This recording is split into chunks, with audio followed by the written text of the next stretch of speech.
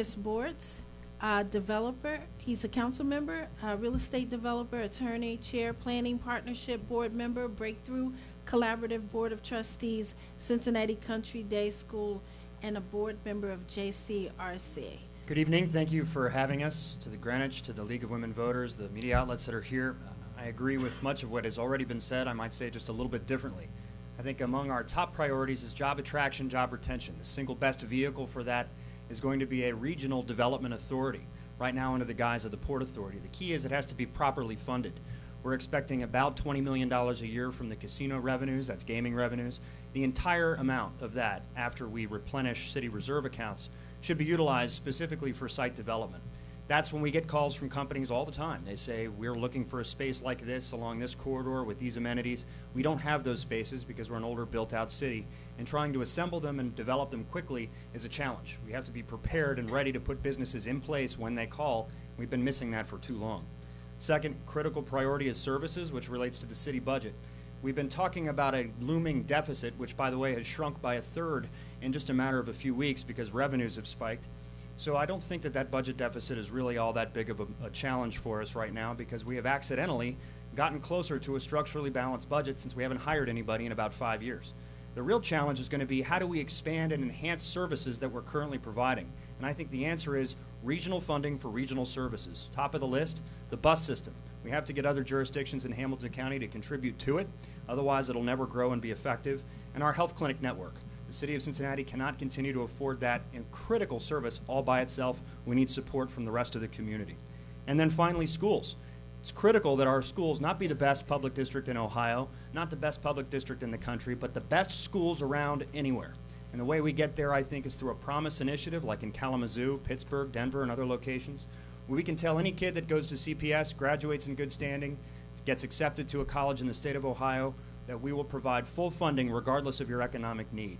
That would dramatically enhance the number of families moving into the city to take advantage of our remarkable schools. I believe that's transformative. Thank you. The reality is council can't do anything alone. No single council member can tell anybody what to do. We act as a legislative body. We need 5 people. Yes, absolutely, the budget proposal should have been on the table early. I offered a budget motion that solved about 75% of the problem 3 months before we'd ever tried that in the previous 6 years. So, but we didn't get a vote on it because apparently it wasn't necessary, even though it was necessary before. The problem isn't that we're not politicians, or we are. We're all politicians. We're elected. We're politicians. The problem is there are those politicians that want to solve problems and those politicians that want to keep getting reelected. Well, it's not popular to have votes on unpopular problems. And that's, I think, the issue we're currently confronting. So we got to be a little gutsier. I heard Sandra Queen Noble up here. She's got some of the guts I think we need. There's a lot of misinformation about this school nurse program. The schools currently pay for 75% of it. The city of Cincinnati picks up a tiny portion of it. No other public school district in the state of Ohio funds school nurses in their school systems. It's an incredibly important program, and the city school system should pay for it like every other school system in the state.